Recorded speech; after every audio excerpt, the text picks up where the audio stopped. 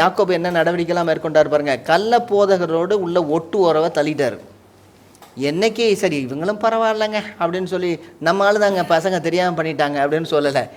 ரொம்ப தெளிவாக எங்களால் பெறாதவர்கள் அப்படின்னு, அதாவது அவங்களுக்குள்ள நீ எங்களால் போகலப்பா நீ. கள்ள போதகரோடு உள்ள உறவை ஒட்டி வெட்டினார்கள். நல்ல போதகர்களை தெரிந்து கொண்டார்கள். 2 பேரை, முக்கியமான 2 பேரை தெரிந்து கொண்டார்கள். வேற என்ன செய்கிறாங்க? புறஜாதிகர் மேல் கூடுதலான சுமை செலுத்தக்கூடாது என்று ஏகமாய் தீர்மானித்தார்கள். ஏகமாய் தீர்மானிக்கும் பொழுது எப்படி சொன்னாங்க? பரிசுத்த ஆவியானுடைய கண்ட்ரோலுக்குள்ளே தீர்மானிக்கிறாங்க. அதற்கு அடுத்ததாக எழுத்துப்பூர்வமாக அறிவித்தார்கள். அதை சபைகளிலே வாசிக்கும்படி பணித்தார்கள். 4 காரியம் பண்ணியிருக்கார். மறுபடியும் சொல்கிறேன், கள்ள போதகரை தள்ளி வைத்தார். அதுக்கு அடுத்தது நல்ல போதகரை அனுப்பி வைத்தார்.